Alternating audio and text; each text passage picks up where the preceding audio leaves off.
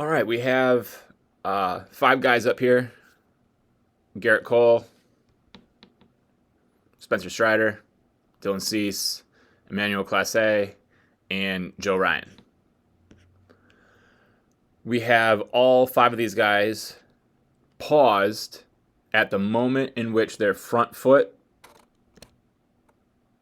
has made contact with the ground for the very first time. When that front foot gets into the ground here, we call this foot strike. So when our front foot strikes the ground is where we have paused these guys' videos. At this foot strike position, we want to be able to check off a couple key positions with our body. The first position we want to think about is our belt buckle getting itself rotated and facing our catcher as much as possible.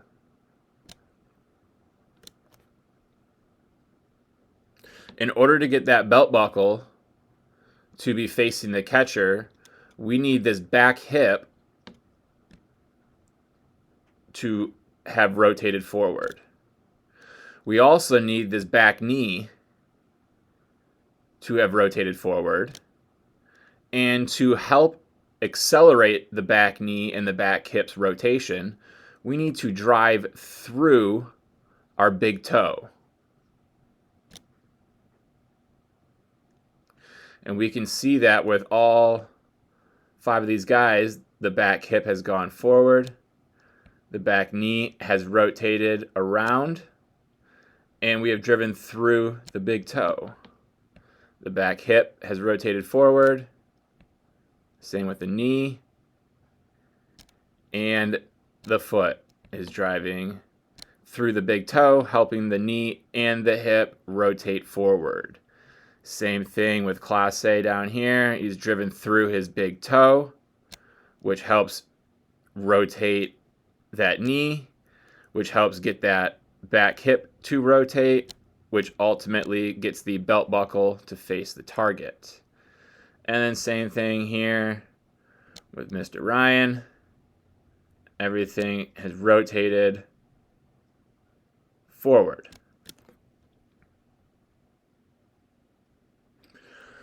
What we can also notice and want to check off is that the upper body has separated itself from the lower body. Our shoulders have separated themselves from our hips. And we've said everything with our lower body has rotated to the target. And we just said we want to separate our shoulders from our hips. So our hips going to the target, we need to separate that. So that means the chest, the shoulders, need to continue facing the same way they started. With all five of these guys being right-handed, that means their chest remains facing into third base dugout, while the hips have rotated home.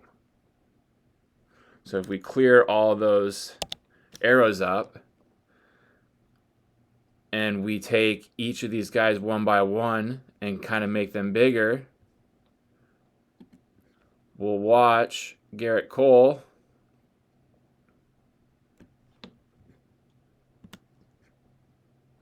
in full speed, and then in slow motion we will pause him at that foot strike position. Boom. So again, we want to watch this back hip, this back knee, and this back foot. And we're going to rewind to right before he gets that foot strike to occur. And we're going to watch how this back hip is starting here, the back knee is starting here, and the back foot is still holding its ground on the pitching rubber. And we're going to be able to see how much rotation. Oh, wow, that got aggressive. how much rotation is actually occurring. Boom.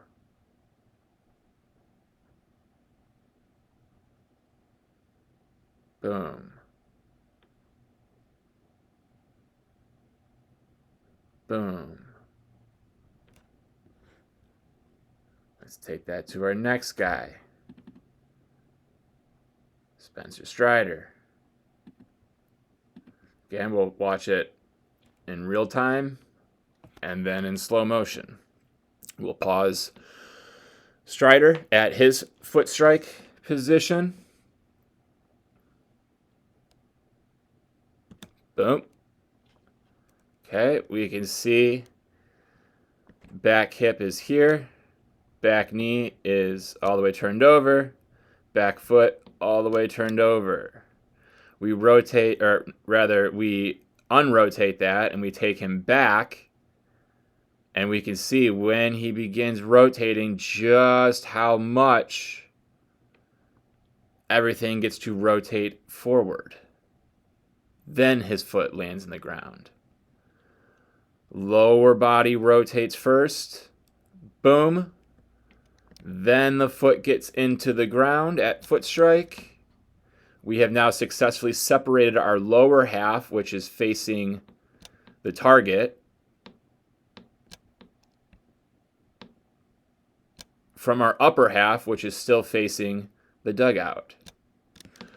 The more of this upper lower half separation, or hip shoulder separation, the more of that we achieve, the more power we're going to create, and the amount of stress that gets put on our arm is going to decrease.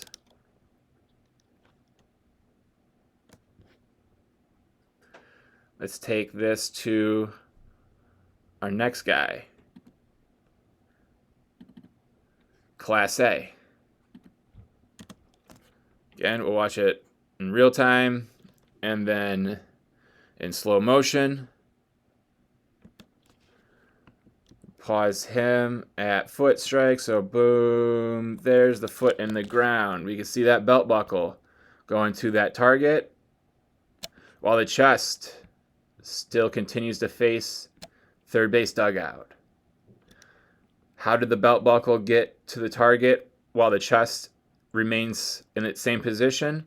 Well, it's because that back knee rotated forward and we were able to drive through our big toe. We were able to rotate our foot around our big toe, which drives our entire body forward. Drives our entire body forward. The rotation of the knee and the drive through the big toe, the folding over of the foot over the toe, rolling my foot over my big toe, helps get everything to drive forward. And then once the lower body drives forward, now it's time for the upper body to drive forward.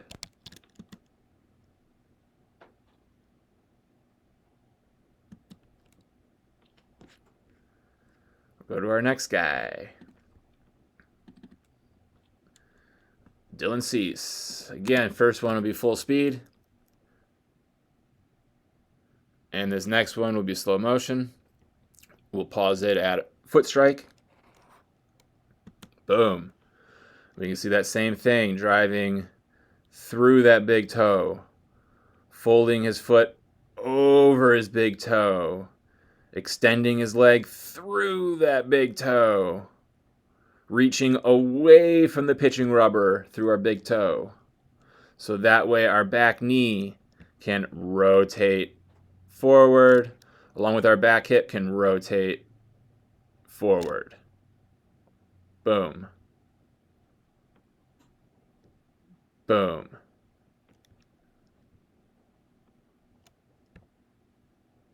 And then, as we can see, boom. Our 3 points of our back leg is the hip, the knee, and the foot. We want to be strong in here so we can send power out through here. Bam. And then once we send that power through with the lower half, now it's time for the upper half.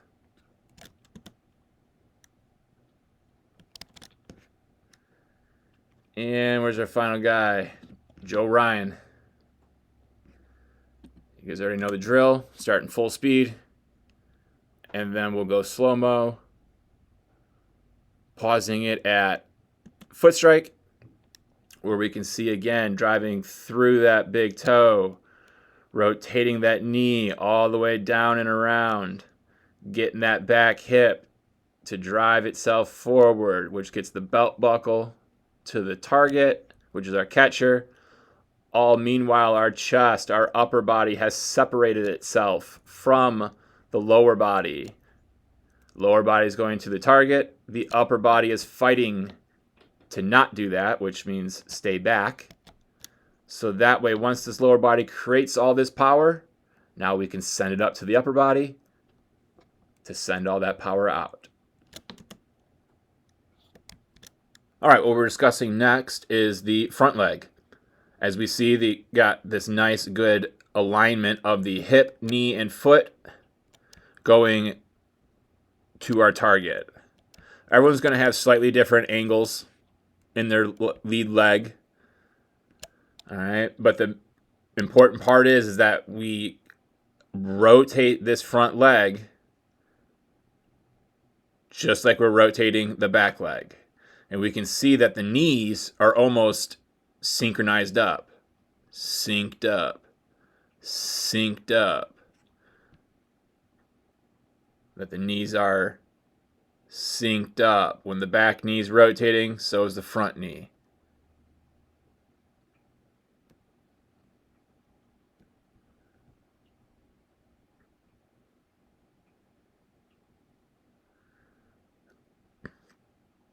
Everyone's going to come down the mound a little different, but regardless, that front knee, that front foot has got to rotate to our target. Once that foot gets in the ground, we have taken energy and we have sent it down this mound. We have sent the energy from the back foot to the front foot. And now we got to get this energy from the front foot up to our upper body and then out our upper body down that mound. And this front leg is a huge piece of that. We have to make sure that this front leg becomes a firm, fixed point that we can drive over and rotate around. We need to be able to drive our trunk,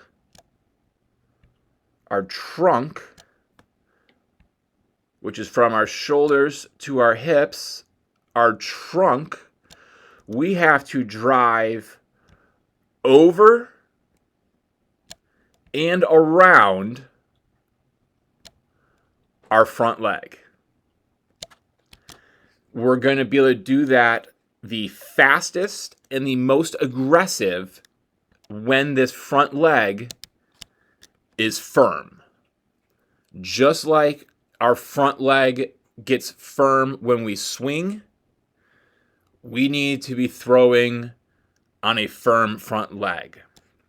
More guys than not achieve that firmness in that front leg by taking the leg and locking out, stiffening up, or straightening that leg. So this angle that we have here with Dylan Cease, we'll see straightens out, stiffens up, locks out.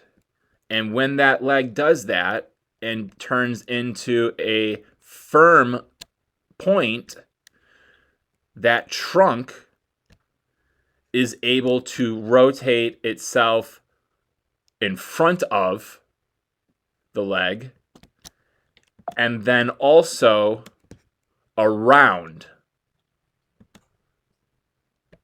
that leg. So because that front leg got firm, it stiffened up, it locked out, it straightened up, that allows the upper body to get slammed down, sent down, accelerated forward, as the arm is also then sent down. And then we can finish that rotation around.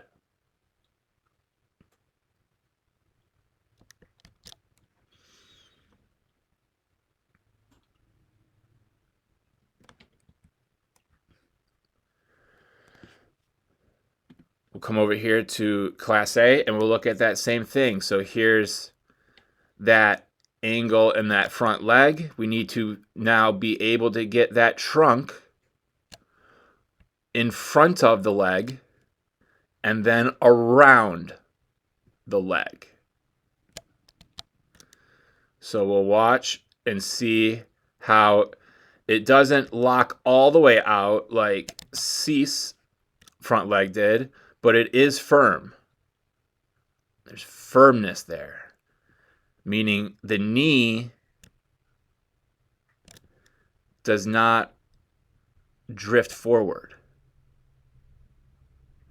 The knee, in fact, does some of that locking out, locking out, locking out.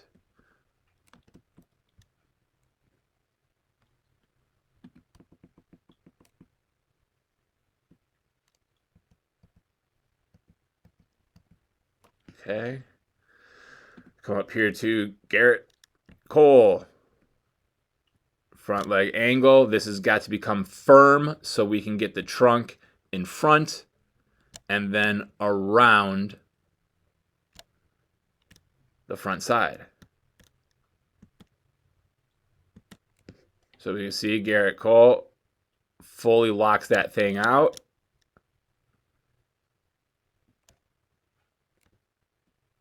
Starting here, gets to there. And what's that helping? That's helping get the trunk out in front. Out in front. Down the mound. And then ultimately, what else? Around.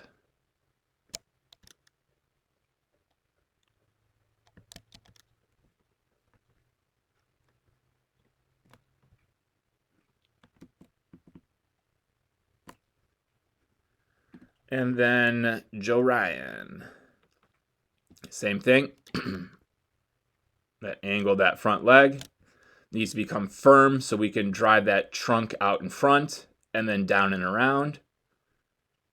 And we can see not a full lockout guy, but a knee is not going to keep drifting forward. So that way it is firm. Now it's locked out. And now I can rotate around it. Around it. Around it.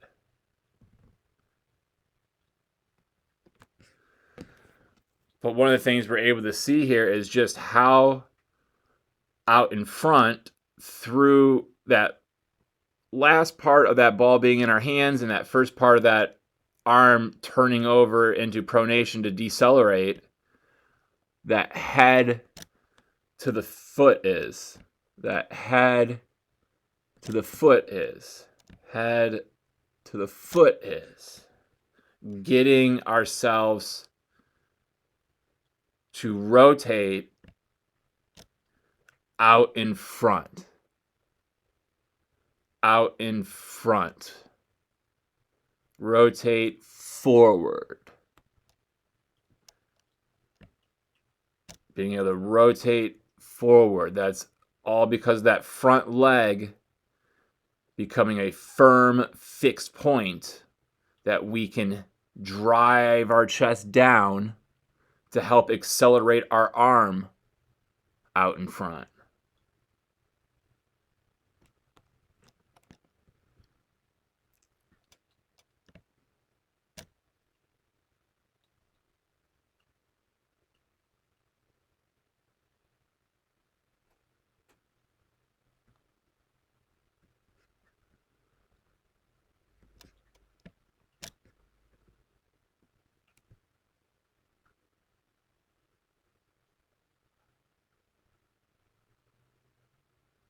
And then we can see the same thing.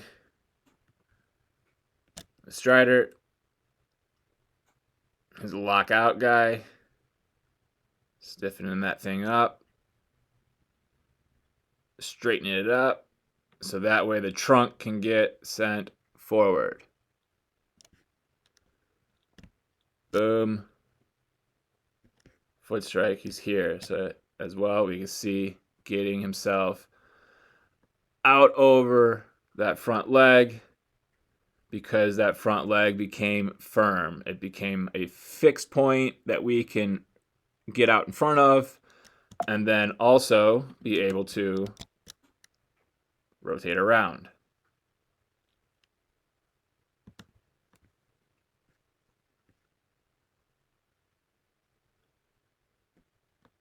All right, so let's now discuss upper body at foot strike here.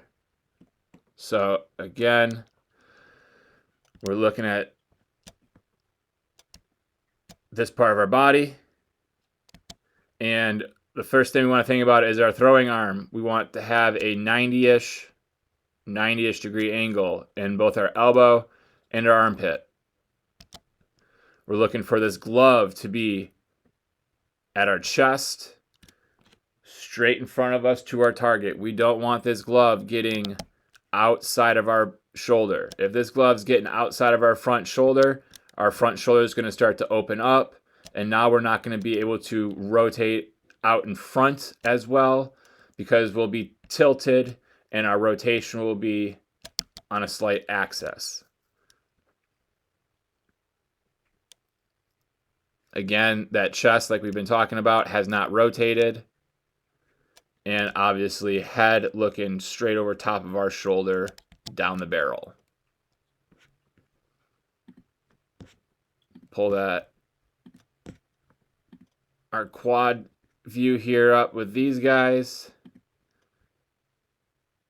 Get them all back to foot strike.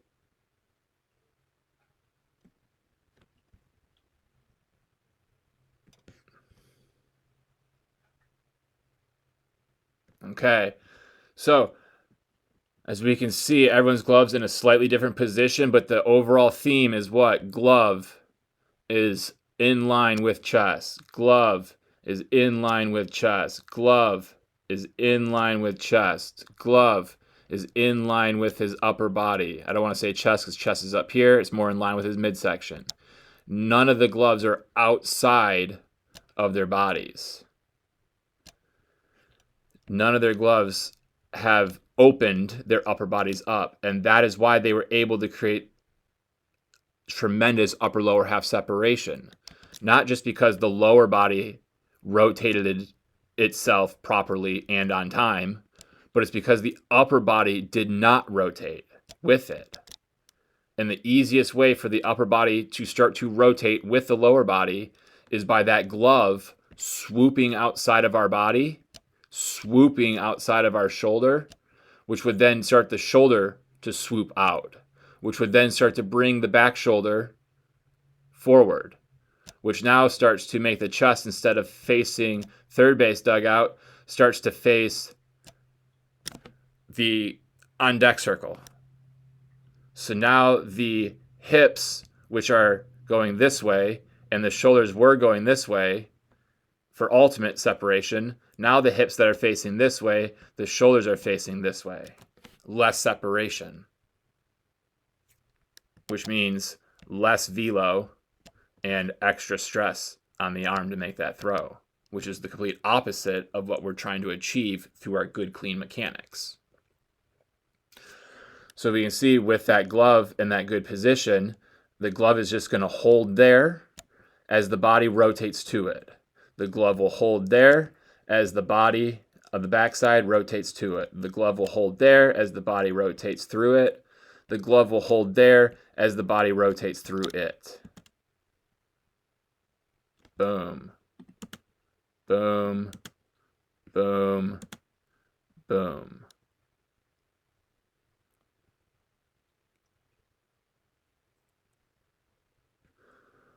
As long as the lower body takes care of business, leading into foot strike, and the upper body has done its job of staying back, everything just happens on its own. But that's why it's so critical that the lower body does its thing on time, and on time meaning by the time that foot gets in the ground, and doing its thing meaning fully rotated as much as we possibly can. And the upper body does its thing leading into foot strike, which is stay closed. Do not open up. Do not let my glove open my shoulder, and keep my arm loaded back. I don't rotate the throw until after the foot gets into the ground.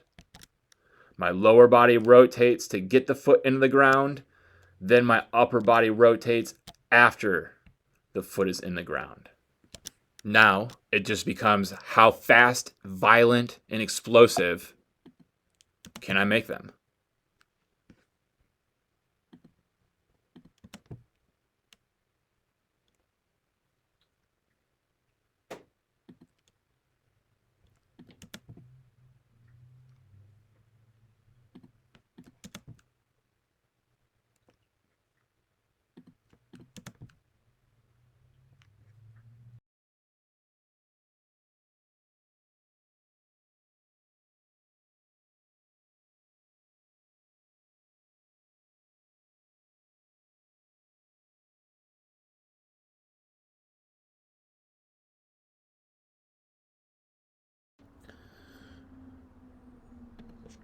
All right, so we're going to let your video play through here twice. The first time, it's going to be all one motion. The second time, we're going to pause it at foot strike, which again is that moment in time when that front foot connects with the mound again. So that way you can compare and contrast the things we just learned with the big leaguers and their positions they were getting into and the positions that you are getting yourself into. Obviously, we can see with the side view, a little blurry. I apologize. It's tough to be able to see with how close the camera was to the wall if you were in fact in focus. So here we are at foot strike. Let me pull this up real quick. What we can notice here is the backside leg has done a good job of turning itself over, driving itself through that big toe, driving ourselves out. And as we do that, it helps that back knee rotate forward, which ultimately then helps get that back hip to drive itself forward.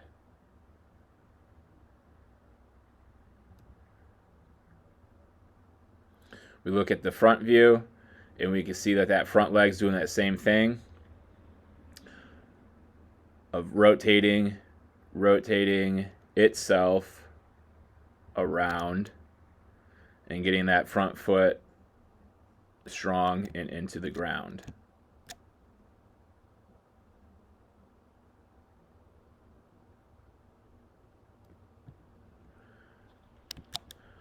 So then we cut that body in half and we just focus on that upper half. Oops. Just focus on that upper half. We said we want to have that 90-ish degree angle in our arm, which we do. We said we want to be looking down our front shoulder so that way our shoulders are staying closed or fighting to stay back. And we can just see on particularly this side view pitch that those shoulders have already kind of begun to open up as that front foot it's getting itself into the ground. So we're just losing some of that upper lower half separation. So that means we're just losing a little bit of power, and we're adding just a little bit of extra stress onto that arm to make that throw. So lower body, fantastic job, doing really good movements and getting itself into a good position at foot strike. We just need to now think that as this backside is loading up, or as this backside is driving forward and rotating around, we want to be loading the arm back. We want to be loading this arm back as we're driving the back hip forward. As the lower half drives out, the upper half loads itself back. And we can see as your lower half rotates and drives forward, that back shoulder is also starting to come through at that same time. We need it to be loading back here as this is firing here. When we do that, we create that tension in our body that we can use like a rubber band and be flung out in front and also down the mound. So let's get real quick some guys that we can use for you on this. Let's see.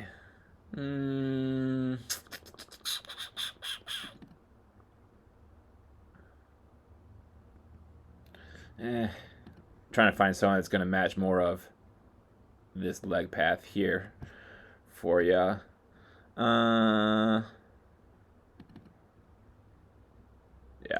we can roll with Nola.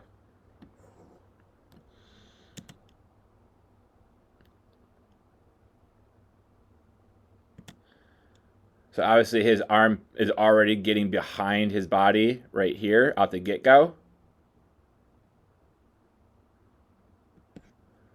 So maybe not the best one to use here for you. Even though it would call for it, because I mean, your glove gets way closed. We would expect this to get more depth back as well. Let's get someone else.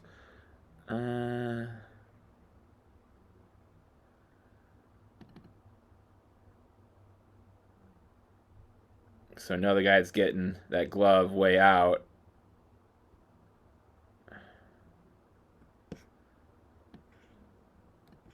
Just like you're getting your glove way out. Okay. His hand's a little bit more reserved. Your hand's a little bit more reserved. But then we're going to be able to see how his arm is loading up that elbow going back behind his back. Pinching the scap together. Scaps are shoulder blades. Pinching that throwing shoulder blade back. Pinch it to our spine. Versus your arm just kind of extends out. We're not loading it back into our scapular muscles. Because when we do that, now that lower body is rotating forward as the arm is loading up.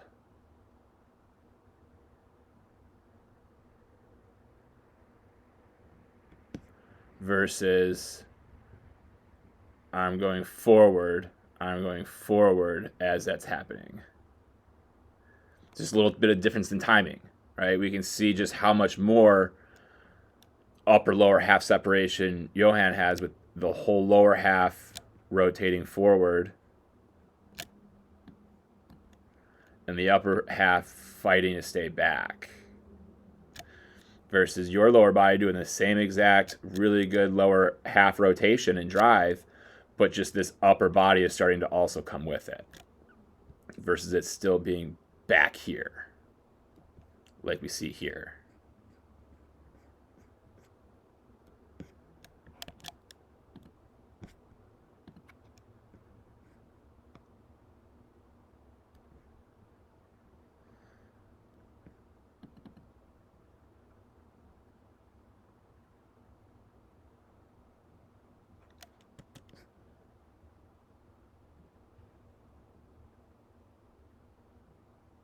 You see the same thing. Boom.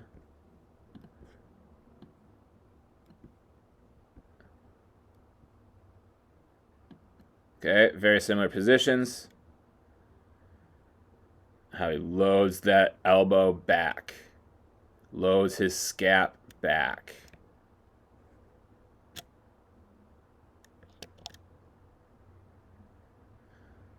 Load it into the back muscles versus swinging the arm and the hand like a hour hand on a clock. You're going from 6 to 7 to 8 to 9 to 10 to 11 to 12. You're doing a big ol' swoop.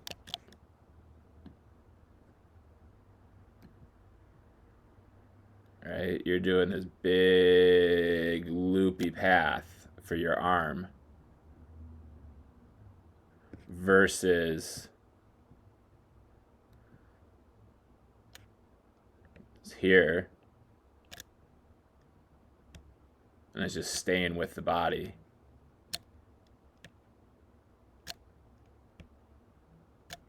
And then just boom, out.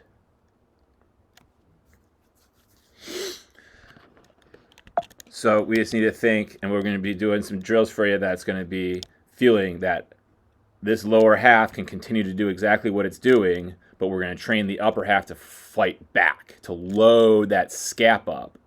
As the backside fires, we'll load that up. So we want to think lower half rotates while the upper half loads up. That's going to be one of your cues. The next cue we're going to talk about is the closed hips lead the way. And we can use Senga as an example. Okay, just notice how as this leg's coming down,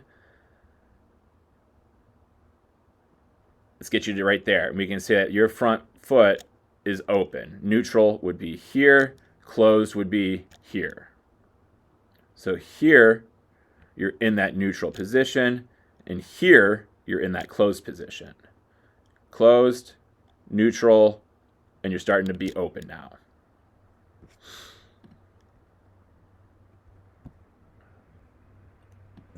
If we look at Senga, notice how he's leading with the heel, which helps curl this front hip in. It tucks this front hip closed. And now he's able to keep it closed as he goes out. Obviously, he does something unique here that you don't do that can help that, but we can still think about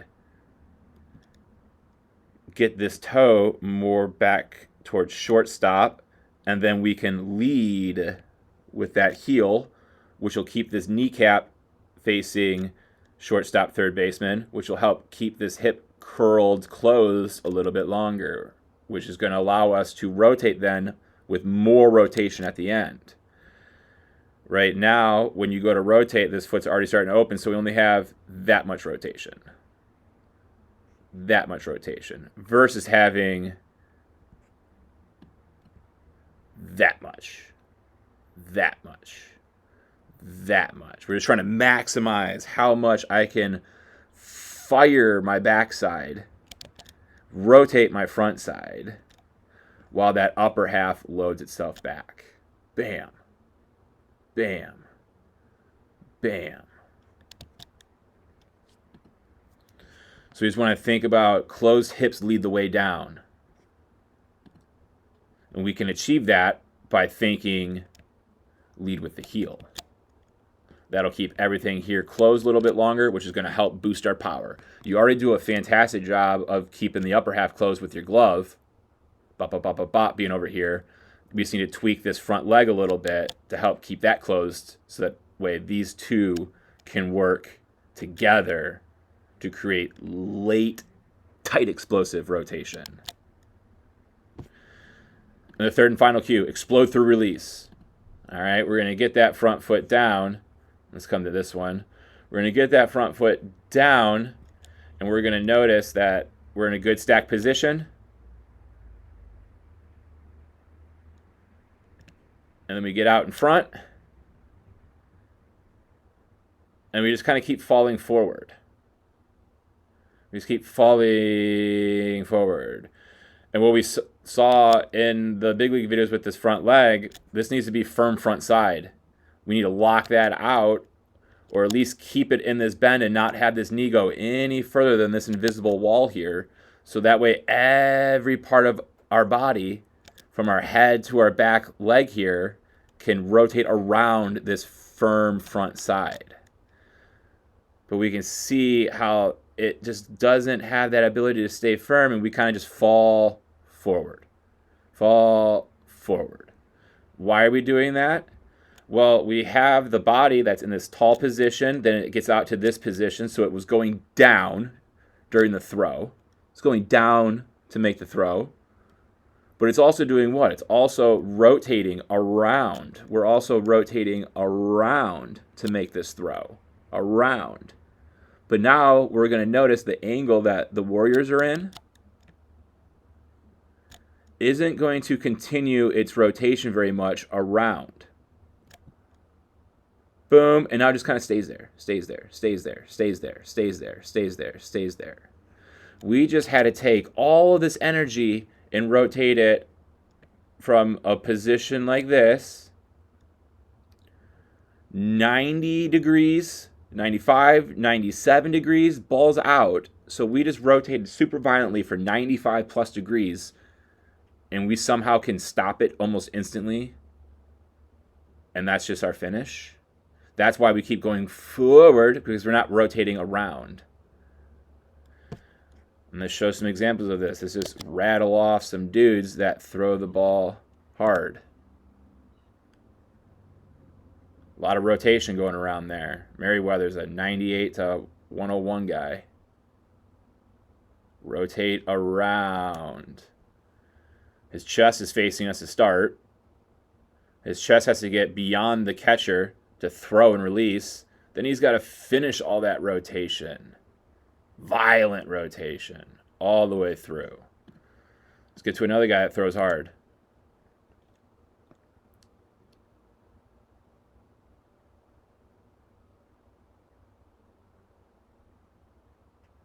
Boom.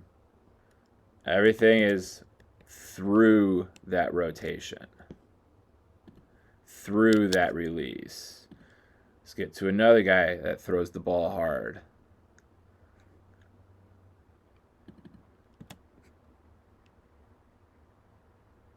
Rotating around that front side. Finish that rotation. I'm rotating to throw. I need to rotate to finish. And we'll be able to see the same thing then with these guys.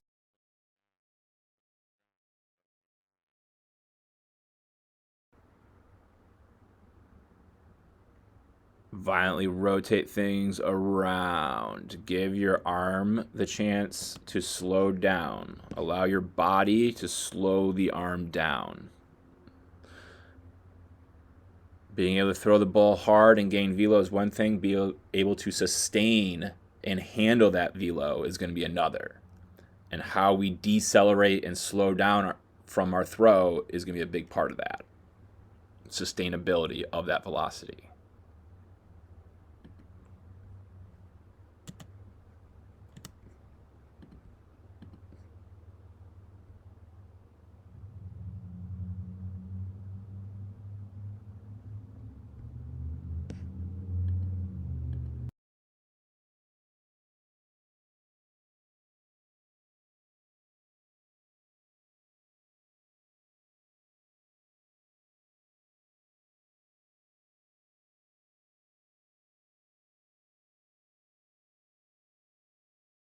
All right, so we're just gonna let your video play through here 2 times. The first time will be all one motion. Be able to see what you look like. The second time, we're gonna pause it at that front foot strike position so you can see, compare, and contrast the things that you just learned in the big league videos to what you see in your body getting into at your foot strike position. So, boom. There we are. That front foot's in the ground, and we're paused. So like we talked about in the big league videos, we need to see this backside rotating forward. We need the back hip to drive forward, and we need to drive and rotate through that big toe to get everything to go forward. What we see is because this back knee is kind of what I call collapsing or just folding inwards, by the time we need to rotate, we are in such a bad angle that it's very difficult to rotate this kneecap, which is angling down into the ground here now, to get rotated in this direction. It's very difficult to do that. And it's only going to continue to go in that direction. So now when it's time to drive through this big foot here, or drive through your big toe on your back foot, it's going to result more in a extension of the leg, or the knee unbends and straightens up, and we just kind of get pushed upwards. So we're going to see here how we're kind of just extending that back leg into your foot strike here, rather than rotating into that foot strike. So what we need to think about and figure out is, why does this backside leg not want to rotate and instead wants to extend? Well, we already said a big reason is this back knee collapsing, but just as equally guilty is this front leg. We're going to notice even more easily in the front view over here that this front leg is not rotating forward. It's going to land in the ground, and our hip to knee is going in this direction, which also matches the foot direction. So that means at best our belt buckle is able to be going in this direction. We need that belt buckle, like we learned in the big league videos, we need that belt buckle going to the target. But because of the position that our front leg has gotten into, the best we can do is like third base dugout. So if the front leg is not rotating, the back leg is not really going to want to rotate. Both of our legs are going to want to rotate together like windshield wipers. When the front leg rotates forward, the back leg will want to rotate forward. And vice versa. When the back leg rotates forward, the front leg will want to rotate forward. And since the back leg is putting itself in a position where it's so difficult to rotate out of, that's slowing down that front leg's ability to start rotating on time as well. So now we're just late, and we end up getting into this type of position here with our lower body. Obviously, I'm sure you can tell this big lean that we got going on here. And the reason for that is much dependent on the position our lower body gets into. Because our lower body is so much going over here, your brain knows that we're throwing the ball here. So how can I kind of get back to center if all my lower body is on this side of that line? Well, then I just need to get my upper body on this side of that line.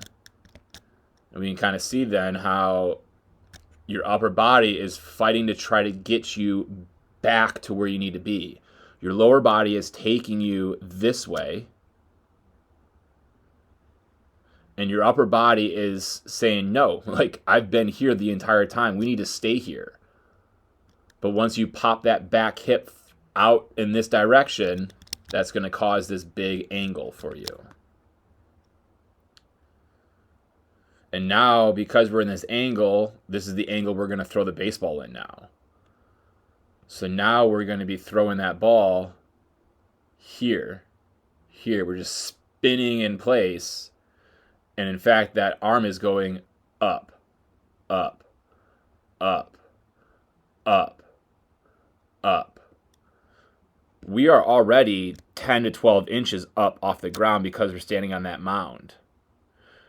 You're however tall you are, plus this hand being, your arm slot being high, this ball is probably every bit of 7.5, 8 feet in the air right now. And the strike zone, at least the bottom of the strike zone, is like 16, 17, 18 inches off the ground. That's a lot of downwardness that this ball's got to go through to get down in the zone. It's going to be very difficult to do that if we're launching it up, launching it up, launching it up. This right here looks more like I just caught the ball on right field foul pole, and I need to hawk it all the way to third base to get this guy out, trying to turn this double into a triple. And you're just heaving it as high and as far as you can. We need to learn how to drive down. And how are we going to be able to do that?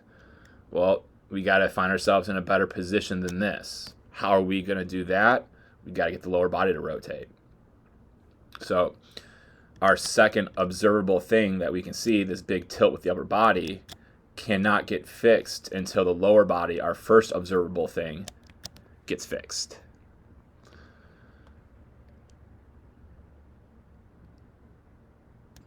We do a good job staying closed. We do a good job with a nice, clean, compact arm. But unfortunately, because of the position we get into at foot strike, we got the 90-ish degree angle here, but we are super low in that elbow down here. We do not have a 90-degree bend in our armpit. That is going to add stress in through here, especially as it gets dragged up and through this throw.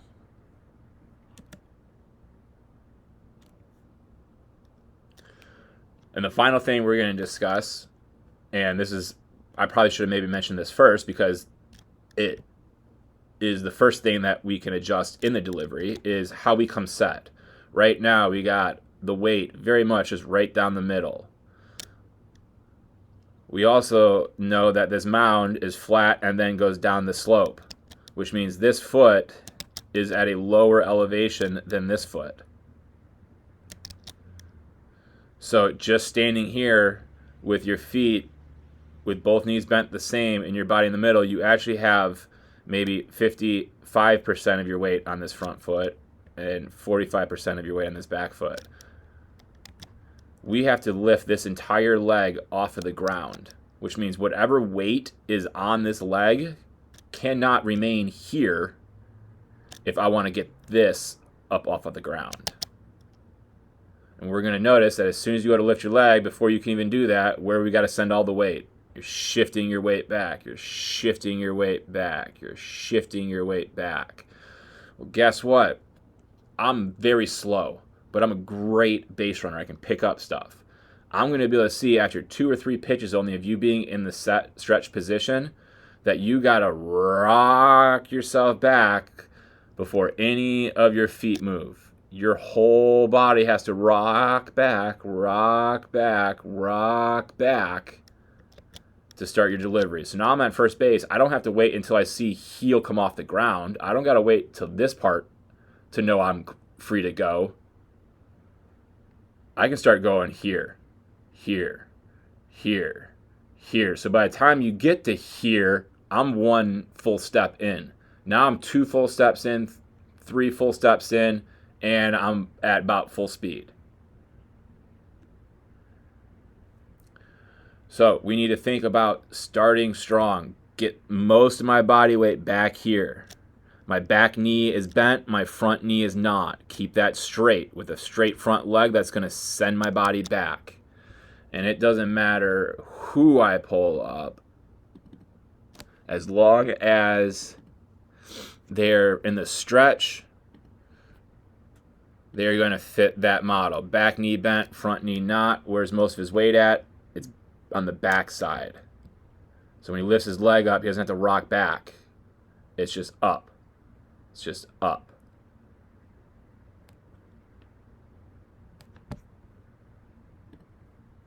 Let's pull another random guy.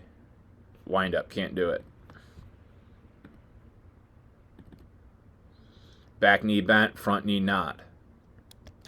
Having that weight back. Good set position. So that way he doesn't need to rock the weight back. He can just get the leg up and go. Up and go.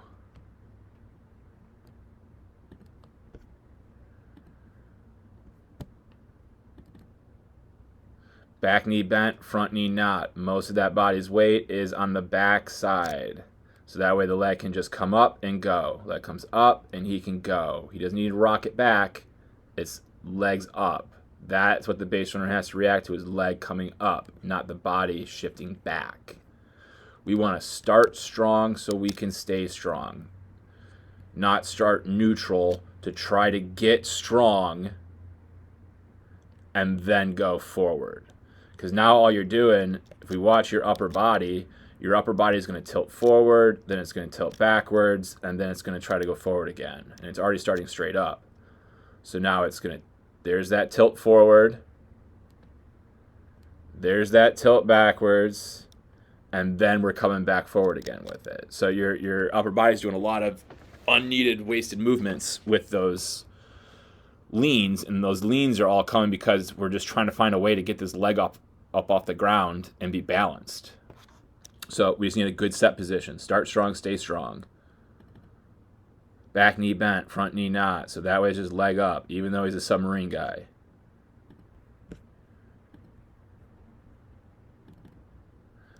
Back knee bent, front knee's not. So that way it's just leg up and go.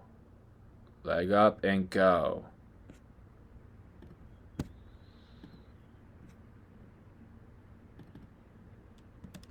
Back knee bent, front knee not. So that way it's just leg up and go. We don't need to rock it back to do that. And that's starting with a leg lift already. All right, I think we get the point on that. So back knee bent, front knee not. Thinking like 60, 65, 70% of my body weight on my back leg and the smaller percentage on my front leg. That way I can just start my delivery by a lift, not by a rock back, lift it up, get a little curly, get uncurly, and now I'm finally able to start trying to go to my target. It is a race. From the moment that leg comes up off the ground, a race to get it going. How fast can I go through these movements? It is a race. Fast. I need to be going quick. That wasn't the greatest example, but it was a little abbreviated slide step. I keep going to Rajas. I'm trying to hit gallon. Wind up so not as prevalent. Get it going. Wind up. Never mind on that. Get it up. Get it going. Start strong. Stay strong. Is going to be a big key for you. Good set position. Start strong. Stay strong. And then it's rotate the lower body.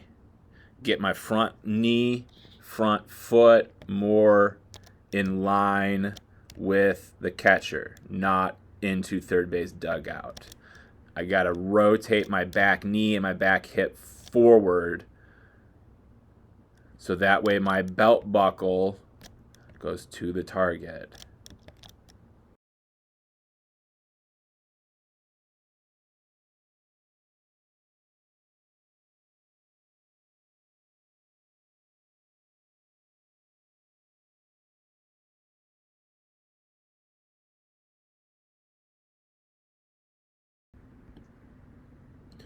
All right, bud, so we're just going to let your video play through here twice. The first time will be all one motion so you can see what you look like.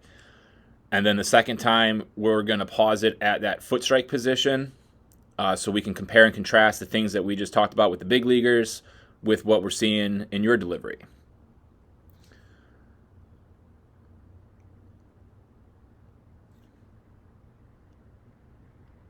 Okay, so there you are at your foot strike position.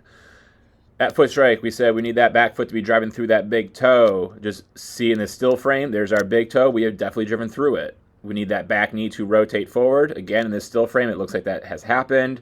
And when those two do get successfully done, that gets our back hip to drive forward, which again, from the still frame, it looks like also we can see back hip has come forward. So we rewind this a little bit just to make sure that the movements that we did were rotational movements. Boom. Yes, sir. Boom. Boom. Boom.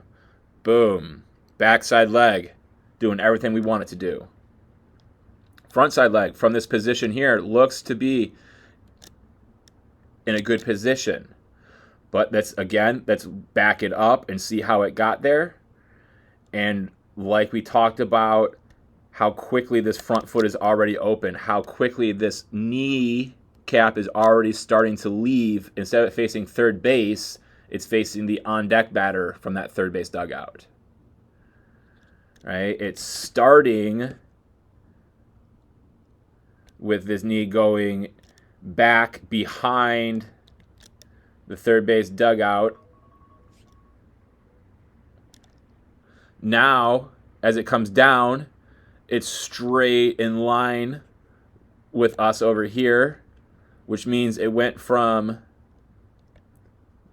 let's get a better line than that, here to there. Nah, I don't like that either. It's hard to do this angle on a 2D surface. Okay, it's going that way. Boom. Now that kneecap is going this way, so it's already rotated this much.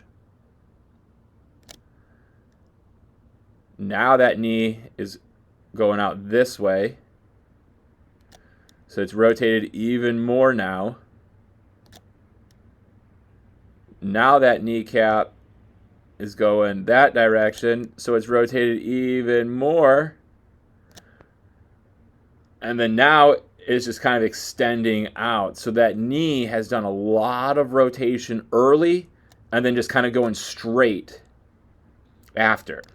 We want that rotation to be as late as possible. We want to be closed, and then rotate. So if we just pulled up some big leaguers, not from the front, we need the side view. Okay, and let's just pull up anyone really. Okay, and we can see how that front knee is trying to stay close. Now we rotate. Now we rotate. So up to this point right here, let's imagine this foot's in the ground. We got that PVC pipe right here, just like we were working. And then we got to get over the PVC pipe, then we rotate. Stay closed until the PVC pipe, then we can rotate over it. Let's pull up someone else.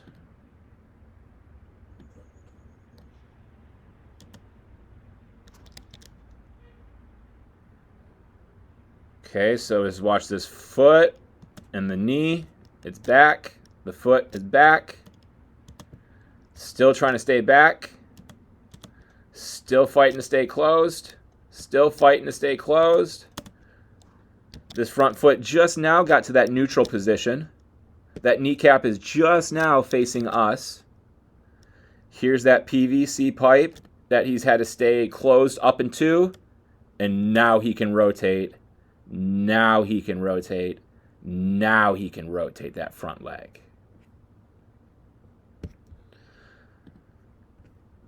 Let's get another guy. We don't need a lefty. We don't need a lefty. How about Garrett Cole?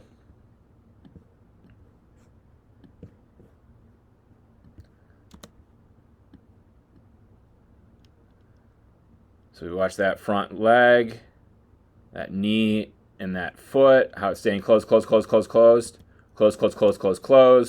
Now he's getting up towards that PVC pipe. And look, this is the position that we were in, right? Sitting into this back hip, right? That back knee, back. And now that he's getting to that PVC pipe, now we can rotate that front foot. Now we can rotate that front knee. Now we can open up that front hip. We want to keep things closed for as long as possible versus opening it up as quickly as you could. We want to keep it closed. Your backside leg does everything we want it to do. The front leg gets to the position we want it to get to, but it's just getting there with no power. We want to get it there with power. Glove has good action to it. It wants to stay closed, closed, closed as well. And then once it gets in line, it swivels. Does a good job swiveling and not peeling out or flailing open. So the glove does real good work there. And we can just see right at the end there, what's the head kind of doing?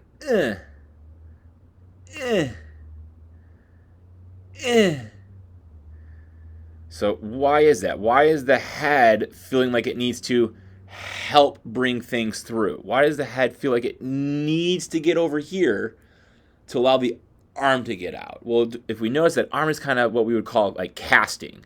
We're kind of getting flung around. We're kind of throwing around the baseball. Around the baseball.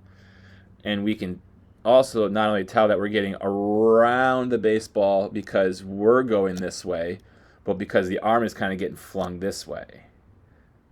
Flung out. Flung out. Flung out.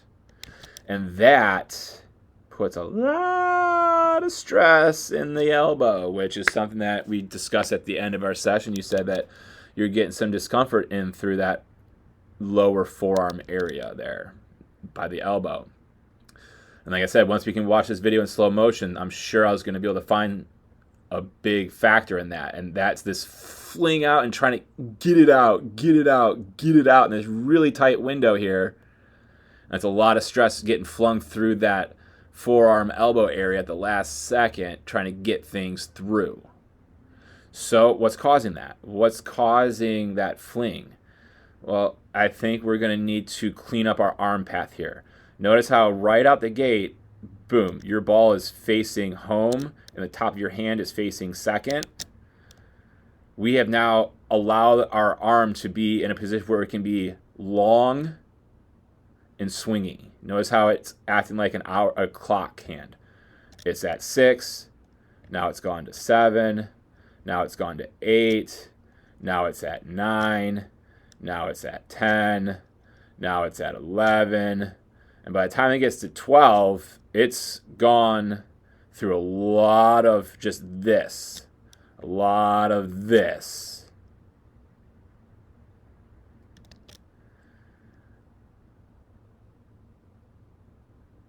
And the reason that I was able to do so much of this is because the position that the wrist is in here. Your ball is facing home and the top of your hand is facing second. Again, we just pull out, we'll use some of the guys that are still here. My head's blurry, you can't really tell. When this ball comes out of his hand, boom, the ball is going more towards first base and the top of his hand is going more towards third base. So then he can load it up here, here, here, here, versus it getting loaded up here, here, here.